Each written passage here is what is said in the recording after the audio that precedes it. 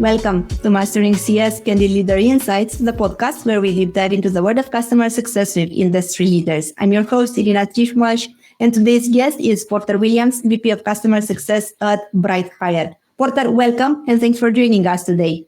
Thank you so much for having me. I'm excited to be here. It's my pleasure. Your career has been all about building, from founding customer success teams to extending operations globally.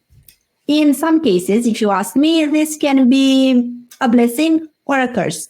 I'm curious, how do you see it? How was it for you? Overall, definitely a blessing. I've had a really fun and exciting career that I'm really proud of. I've gotten to work with a ton of talented, wonderful teammates all over the world. I've made friends all over the world, but it hasn't always been easy. So especially the expat assignments that I did, I'm so glad that I did them, and I would absolutely do them again, but I would probably do them differently. Those were some of the best, but also some of the hardest years of my life and like in my family life and things like that. Mm-hmm. So there's a lot of pressures and difficulties, but I am extremely grateful for the opportunities that I've had, and I would absolutely do it again. I would say you are judging from your experience, you are like a fish in water when it comes to navigating those new environments. And I'm curious, what is it that pulls you into these blue ocean situations? Yeah, blue oceans are interesting. I never intended for my career to focus on startups and particularly blue ocean startups, but it's kind of turned into that, and I really enjoy it. Blue ocean companies are all about pushing out into the frontier of a new space.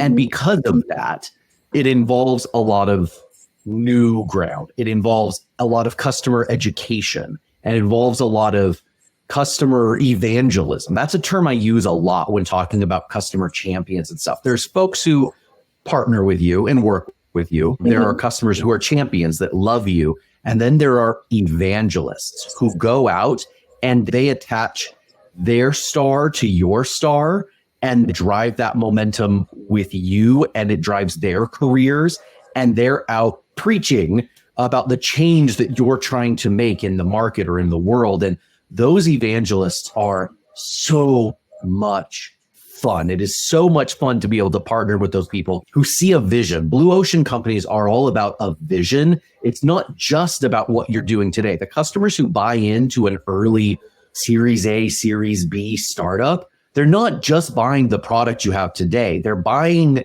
the vision that you are charting towards, and they want to be part of that. And oftentimes one of the benefits of being a big company who buys the product from one of these early startups is you get to have a lot of input in the direction that those companies go. When I think about like my early days at HireVue, some of our big early customers had a profound effect on the direction of our product. And at my current company now, BrightHire, we have some big customers now that, again, have a shape, and it's a symbiotic relationship that benefits all of us. And that blue ocean experience of partnering with champions who are just as excited about your vision as you are, that's pretty magical.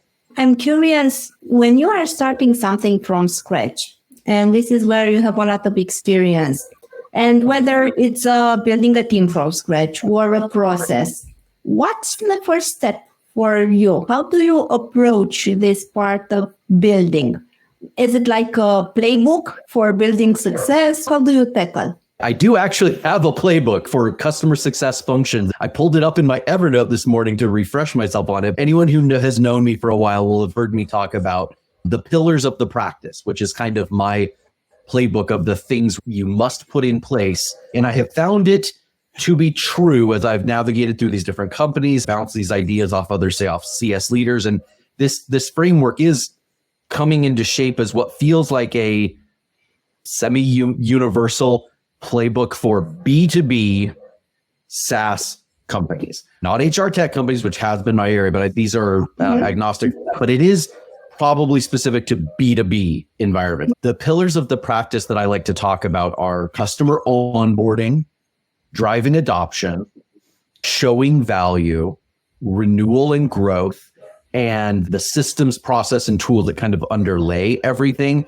and the talent within that team. And so if listening to those probably don't sound magical to anyone who's been in customer success for a while. They feel like kind of duh, but they are critical pieces that when I sit down and I'm working with a new company, or maybe I'm consulting a company, these are the lenses that I go through and kind of look at the operations that either need to get built or that are operating today, and how are they operating. So I've been kind of refining these and testing these out over a couple iterations now, and they work really well. However, there's an important thing I think you have to do whenever you're starting something new, and that is to not just come in with your playbook and say, here's my playbook, go.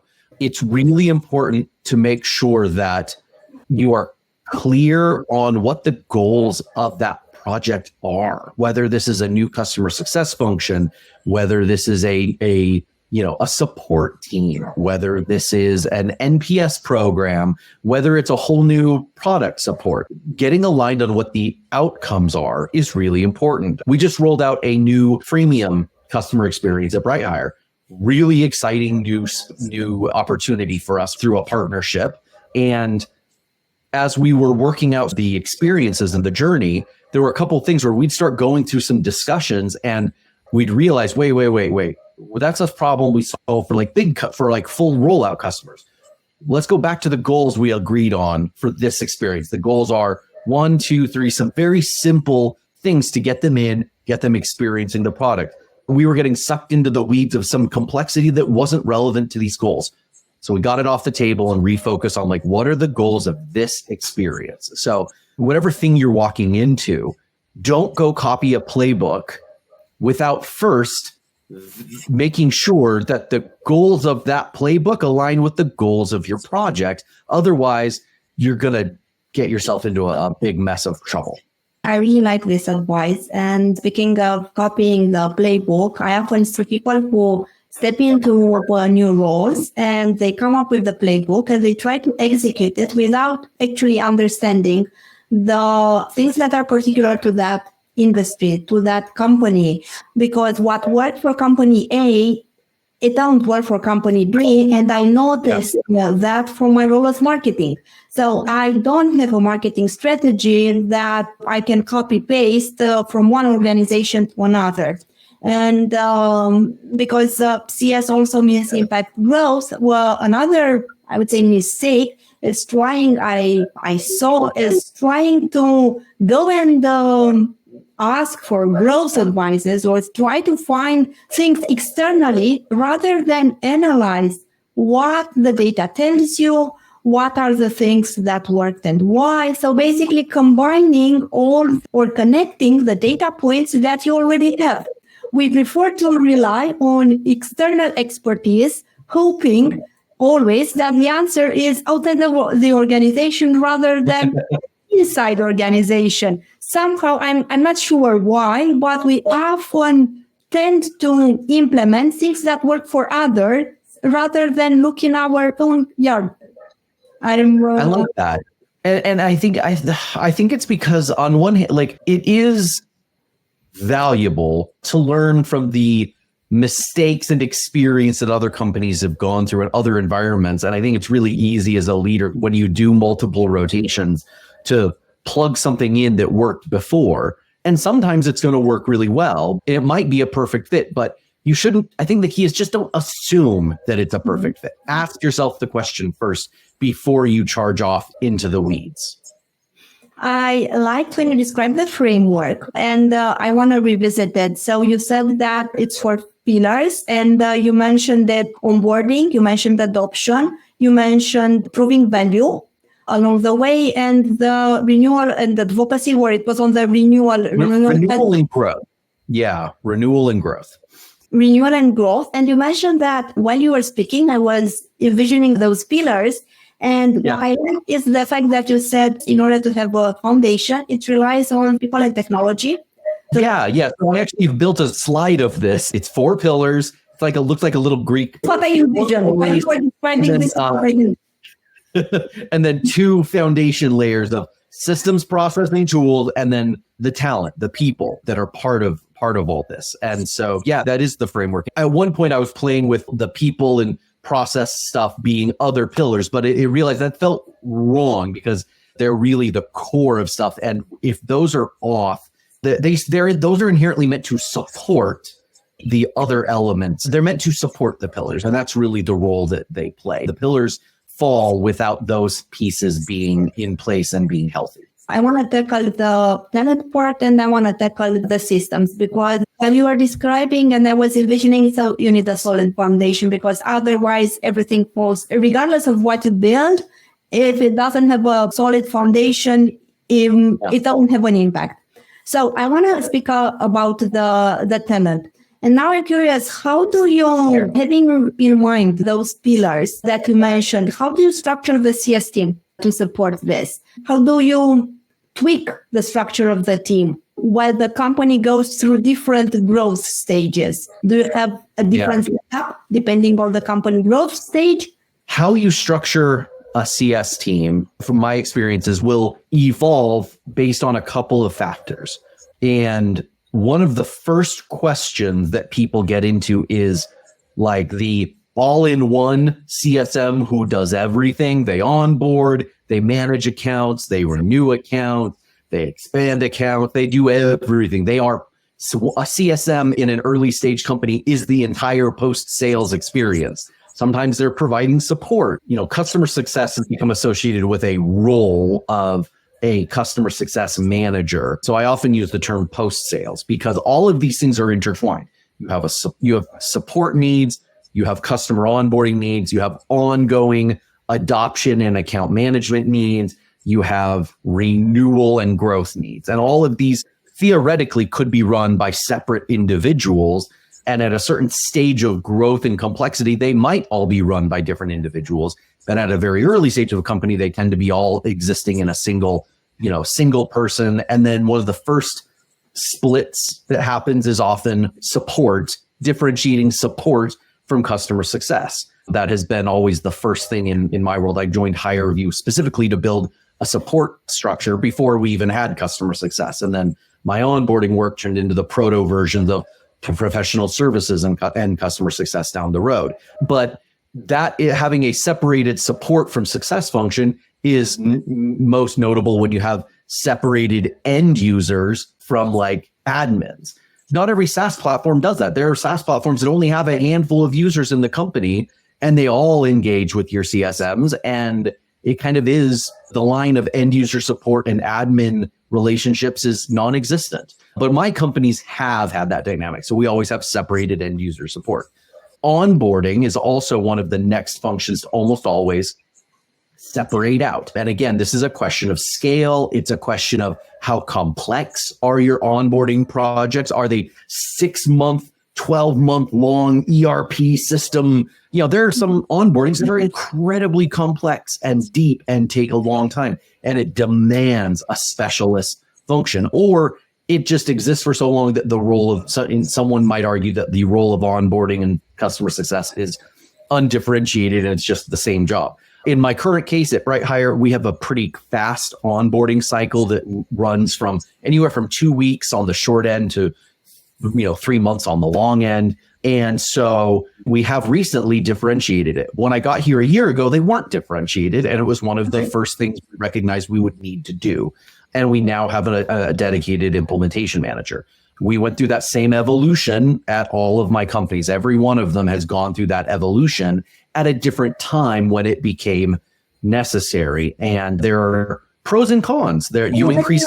Let me stop you but here, because you said that at some point in time, it comes naturally that need of creating a dedicated role. In your case, it was the implementation. 1 year ago, you didn't have it. Now you had it. I'm curious, what was the trigger? What happened in BrightHire as an organization that made you think, you know what, now it's time to create this role? I have an analogy that I like to use of called spikes and plates. And it's the nature of onboarding work versus account management work. So if you imagine the workload of account management is thin and long. It's a long-term thing and it's low effort at any given time. And so you can stack lots of plates on top of each other to create a really good, healthy balance of work. because it's a little bit of work all the time, scattered throughout a week or a month and a year. Now, onboarding is spiky. It is intense, but short term. So it's a spike. It's a lot of effort for a short period of time. You can set lots of spikes up side by side with each other and have a manageable workload capacity still.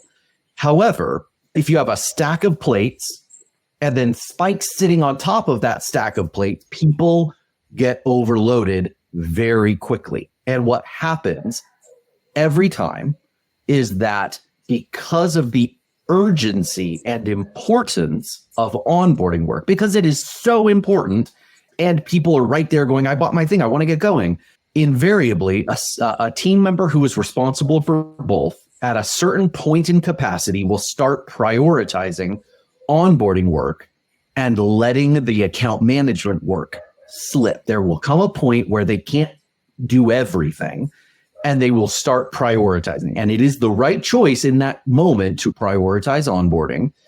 And the way you recognize it is time to change is when you're having good conversations with your team about what balls are you dropping. I know you're dropping some balls. I accept that. I talk to my team a lot about juggling glass balls and plastic balls. And you need to know which balls are glass and which balls are plastic, because some days you're going to need to drop a ball, and that's fine. Drop a plastic ball. I will never have a problem with that. We'll talk about it. We understand. So the way we know it's time to start changing the team is when your team is consistently telling you, I had to choose to drop these balls. And that was a choice. I did it on purpose. And I go, yeah, that was the right choice. And when they start going, I am in danger of dropping glass balls. Okay. Now you know it's time. I really like this analogy. And there's another thing that I like.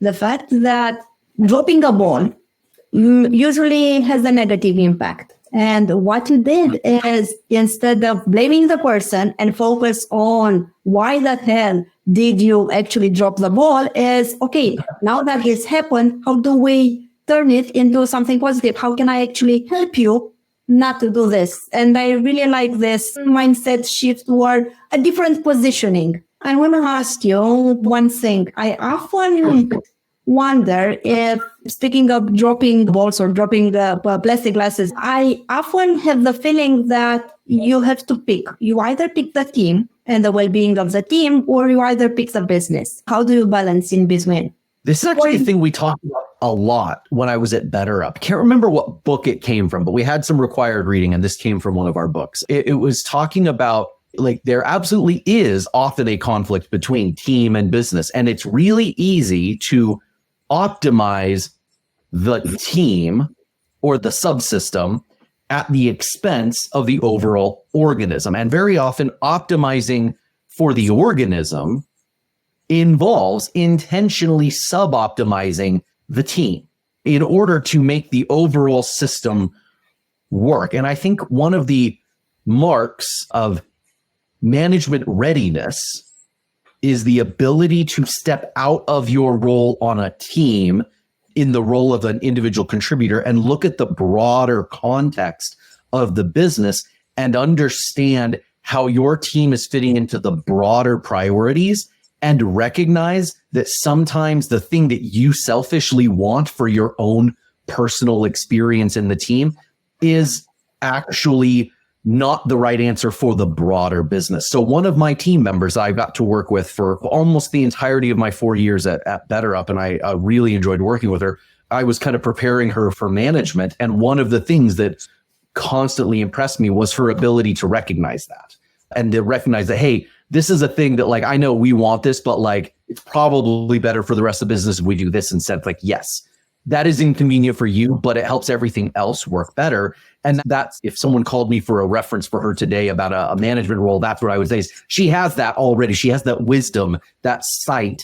She's ready. And I had another team member that wanted a promotion, and that lack of readiness was apparent through the interview process. She didn't get the promotion, but we gave her that feedback. We worked with her, and in the course of the next year, she started really developing that broader consciousness of the business. And a year later, she actually did it. We did end up getting her that management promotion. I was really, really proud of her. But that was that specific point of understanding the need to step out of optimizing my team and what my team wants and recognizing the context of the broader business and how we optimize for the success of the business, not for the success of our team.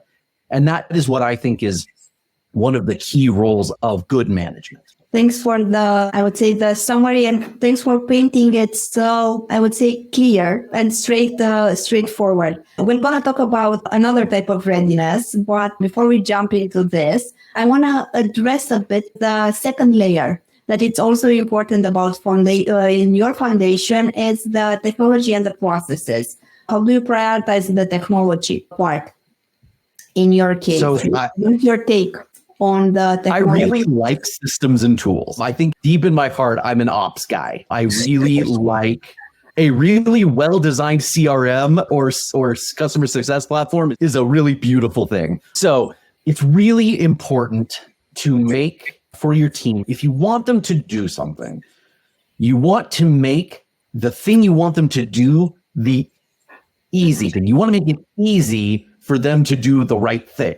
And because when you tell them this is the thing I want you to do, but that's the hard thing, you have a lot of likelihood that they're going to go off in other directions because people will tend to naturally follow the path of least resistance. So if you can, and this is hard, this is not an easy thing to do, but if you can recognize this is the steps I want them to take, how do I make that the easiest thing to happen? Through automation, through resources, through making it hard to do the wrong thing, then you are helping the team go the right directions. I have definitely not always succeeded in doing that, but I try. This is stuff like having, good data. It's much easier to have a good renewal forecast if you have a good view for the team of their upcoming renewals that are easy to go through and do their updates and categorize. If it's hard to do their updates, you don't get many updates and you constantly chase people. If you make it easy to do, you get more updates and you have a cleaner forecast. It's remarkable. Account health. If you're setting up an account health scorecard, the more manual inputs that you have to that scorecard, the harder it is to do. I'm still working in a mostly manual account health card, but we're working towards how we can make that automated. I loved at a point in our history at BetterUp, we moved from an almost entirely manual scorecard to an almost entirely automated scorecard. It was fantastic. I loved it. And it was so much, it got not just easier, but it got better because it was reliable and up to date. But again, that's not easy. And so you can't expect those things to happen right out of the gate. And it can get really overwhelming because it feels like you have to do everything all at once because you have to do it eventually. Systems and tools are the key to process and scale, but you can't do it all at once. So you pick a thing and, I try to improve one thing, at least every quarter, whether it's how we do our renewals, how we're doing contact management, how we have our dashboards, how we view adoption. And it just week by week, quarter by quarter gets easier for the team to do the work they're doing. And next thing you know, 2 years from now, they're focusing on different problems, or a QBR now takes 30 minutes to prepare instead of 3 hours to prepare. And those things have a huge impact on what the team can focus on, where they spend their time, and the scalability of the business at large. Irina, while you were speaking, I was basically the answer of the question, how do you eat an elephant piece by piece? Yeah, It's exactly what you said. You take it piece by piece, problem by problem, and you try to prioritize and try to solve based on the biggest impact that you have. Because I don't often have a chance to speak with CS leaders that went through an IPO process and through IPO readiness. I had a lot more questions on this topic, but I also have to be mindful with the time. I want to ask you, how can a CS team, a CS function, support the IPO readiness of the company? How do you contribute the team to this process?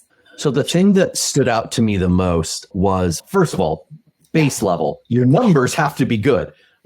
Post sales owns that customer retention and growth. And if those numbers are off, you're not going to go public. That's just base level or baseline. So yeah, you've got to be performing well. But the actual IPO readiness, the thing that struck me as I was a regional director during that period was how important it was for us to get clean. Every piece of your business has to get ready to be audited and scrutinized. And it might not, but you need to assume that it will. So this involved a lot of making sure that data was available, and it required a lot of cleaning up or ironing out of previous exceptions, understandings that might not have been in paper, or weird contracts. So in the year leading up to IPO, for instance, there were contracts that were really funky and outside of our standards, and we had to renegotiate those contracts to get them in line with other practices because it would be a problem in an audit. Or if there was a situation that called for that, we thought, well, maybe we could do XYZ exception. It's like, yeah, that's something we could get away with 2 years ago. We can't do that now. That we need to be following the letter of our contracts now. So, keeping customers on after a contract is expired, for instance, or various just things that you could slip and slide and make it. Or when you're bit, you had to be a lot more tight around in your readiness. So, and that involved a lot of just discussions with customers about, hey, I understand this is an exception we've made for you in the past. I get it. That is a thing we did. That is not something we can do going forward. Let's find a solution that we can work with within these parameters. And so sometimes those conversations went well. Sometimes they didn't. It was difficult. And then it was also a lot of the team recognizing, and this involves giving the team a lot of context and priority guidance around the business and how things are moving is, things need to be replicable and they need to be consistent. It doesn't mean we have to be perfect, but it means we need to be consistent and fair. There's a great framework, not from that time, but one of my current founders actually gave me one time when we were kicking around an idea, and he's like, to make your decision, follow this approach. Assume you had to explain it to the customer. Assume that you have to go write a post about it on LinkedIn, and that you also have to explain it in a board meeting. And if you can kind of find an answer that you feel good defending in all three of those contexts, you have found a right answer. I'm like, I really like that. That's a really good framework for finding solutions that feel fair, equitable, and appropriate for all of your stakeholders. We didn't cover where I think we covered only 20% of the things that I have prepared for our discussion. So we'll definitely have to do a take two on this. But now I want to ask you if there is one key takeaway about customer success that you'd want our audience to remember, what would that be?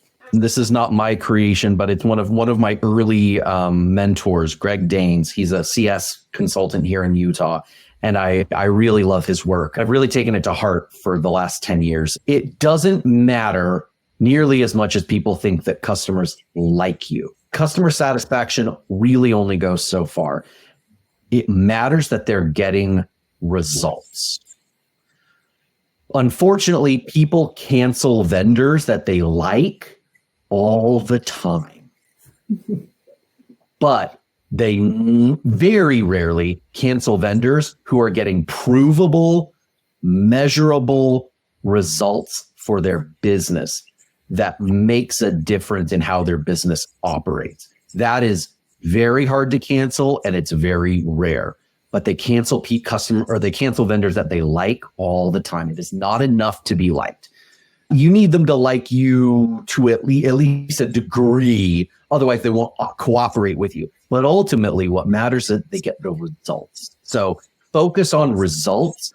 Don't focus on whether they like you. It matters. It's worth measuring. That's why I'm very cautious about NPS. But what matters is that they get value out of your product. And value is defined by the customer, not by you. If you are delivering a message of value that isn't in the lens of what they care about, you are wasting your time. So make sure you understand what the customer values and focus on that and helping them see that.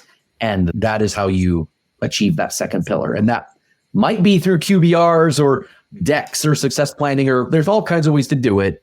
But the answer is make sure they see that value. And if they don't, you're in trouble. Thank you so much, Gordon, for sharing your insights with us today. And a big thank you to all our listeners. Until next time, stay safe and keep mastering customer success. Thank you.